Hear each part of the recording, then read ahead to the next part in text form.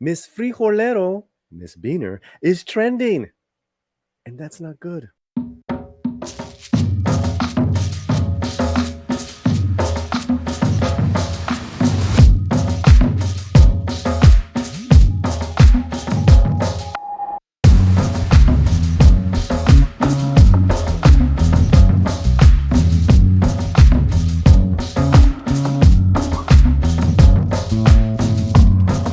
Latino Slant. It is our series Voto Latino 2022, where we want to be your resource to political issues, candidates, regions all over America during this year, letting you know what the Latino vote is all about. And occasionally we will hopefully get some interviews in here as well.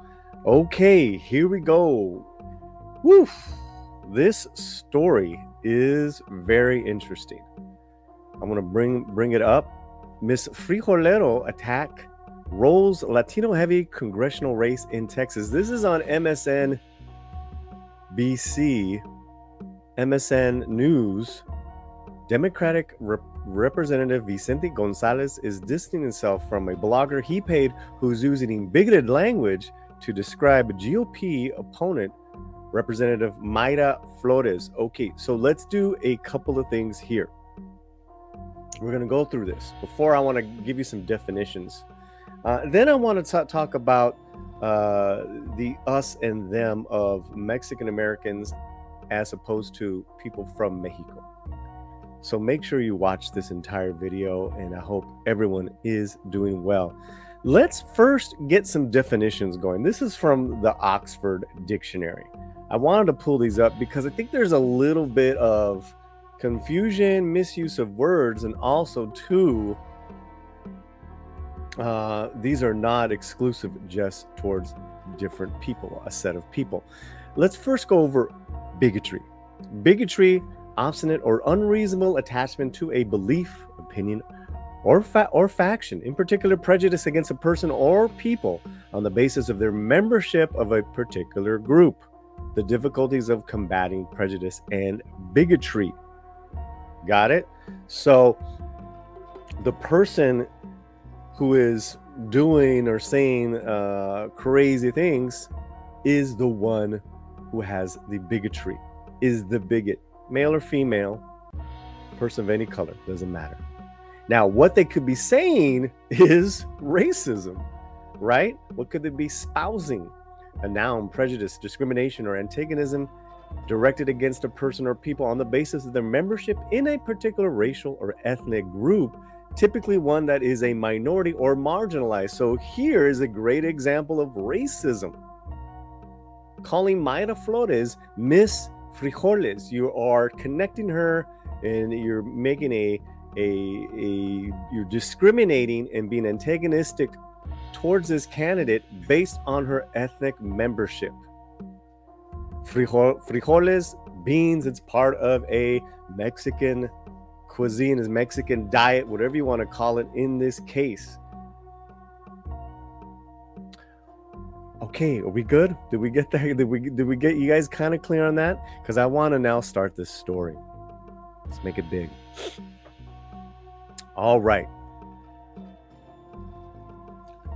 A Texas blogger paid by Democratic Representative Vicente Gonzalez campaign is attacking Republican opponent Rep. Mayra Flores as Miss Frijoles and a cotton-picking liar. Remember what I said about those comments there, about those definitions, prompting a wave of denunciations by fellow Democrats. The language first surfaced 3 days after Gonzalez's campaign wrote a $1,200 check to the McHale Report blog June 24th for advertising services, according to the Democrats' Federal Election Commission Finance Report. But the blog, which is called Miss Frijoles, 21 times since then has not published any Gonzalez ads. 21 times. I have not checked out this blog site. I don't think I am. I'm just giving you the news here. Flores, in a Twitter post Monday, accused the Gonzalez campaign of paying a local blogger to run hateful and racist ads against me. It charged that the Gonzalez campaign and blogger Jerry McHale denied. They both told NBC News that the timing of the attacks were coincidental and that the congressman didn't pay for any of the inflammatory posts, known about them, or had any control over them. So you're telling me that this campaign who paid them this money didn't know that 21 times? Didn't know about that. But let's continue. Of course, a congressman is against referring to Mayra Flores as Miss Frijoles or a cotton-picking liar. Gonzalez campaign manager Colin Steele wrote in a text message to NBC News, echoing the state Democratic Party chair and other Texas Democrats who denounced the language as well. But Mikhail would not back down. And he says, I'm a liberal Democrat, and it's war against the Republican. I'm going to be merciless with her, he told NBC News. Oof. Boy is not playing around. What do you guys think? Give me your comments. I want to know. The controversy, which illustrates the blurred lines between paying political bloggers for advertising and advocacy, is the latest flashpoint in the wild and rugged politics of the Texas 34th congressional seat, a majority Hispanic seat that runs along the state's southeast border with Mexico and has become a national proving ground for GOP outreach to Hispanic voters. Flores is the first Flores is the first congresswoman born in Mexico. 2 years before her victory, then President Donald Trump improved his margins there, along with most majority Hispanic districts and counties nationwide, when compared to his 2016 numbers. But the Democrats note that Trump still lost within the boundaries of the 34th congressional district, and this is important, guys, right? They say Flores only won because the party didn't spend much to contest her special election after the then Representative Filimon Vela, a Democrat, unexpectedly left the seat to join a law firm that lobbies in Washington. Gonzalez decided to challenge Flores once the seat he currently holds, the 15th congressional district, became more Republican-leaning after it was redrawn by the GOP-led legislature during redistricting. A week after Flores won, Gonzalez told Newsweek, and remember, we covered this, I wasn't born in Mexico. I didn't come here through chain migration. I didn't come through asylum or amnesty or whatever.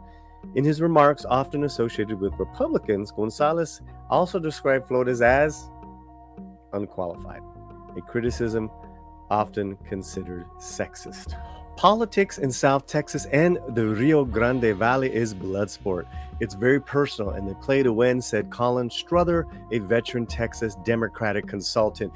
That is probably why people are fed up with both parties on both sides, because you excuse any type of behavior, any type of campaign, any type of attacks, and really who's being attacked is us, the American people.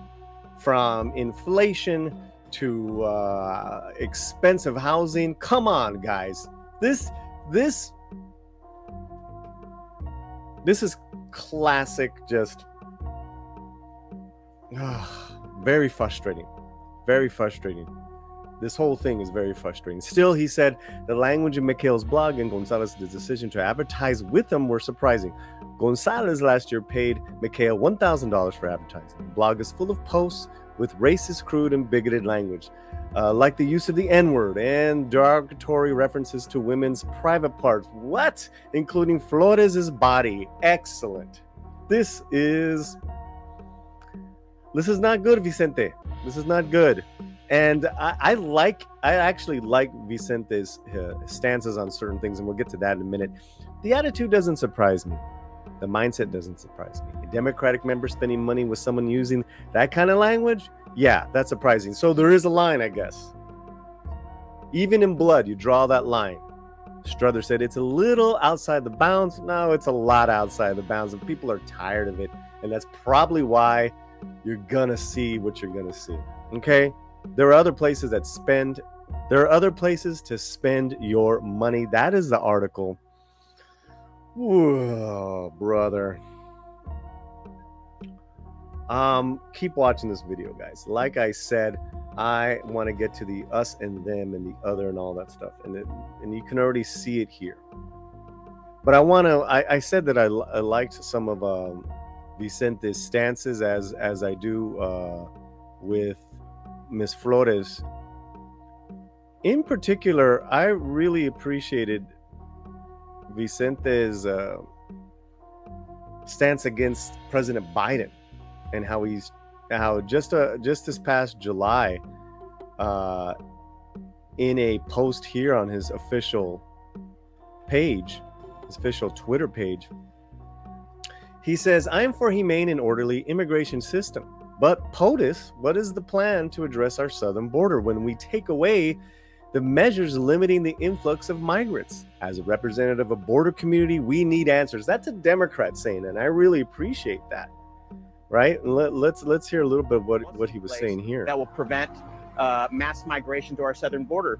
Okay. There is deep disagreement over how to handle the influx. Even some Democrats were not unanimous in agreement with the Supreme Court ruling on Remain in Mexico. Texas Democratic Congressman Vicente Gonzalez represents the 15th District, part of which borders Mexico. He says the administration needs to implement policies that work to address migration further south. It concerns me greatly, especially at this moment in time, because we don't have a policy in place that will prevent mass migration to our southern border. All right. Well, there you have it. Him speaking out and challenging his very own Democratic president, I respect that. He's also is very pro-education. I respect that as well. And Vicente is very pro-military, often citing on his page and congratulating military members. So that's that. Now, I wanted to talk to you about the us and them. And I read a little about it. It's been in another video of mine. This bigotry and racism is not exclusion. It's not an exception. Like, it's not just that white people are the racists and bigots. Here, it's Mexican against Mexican.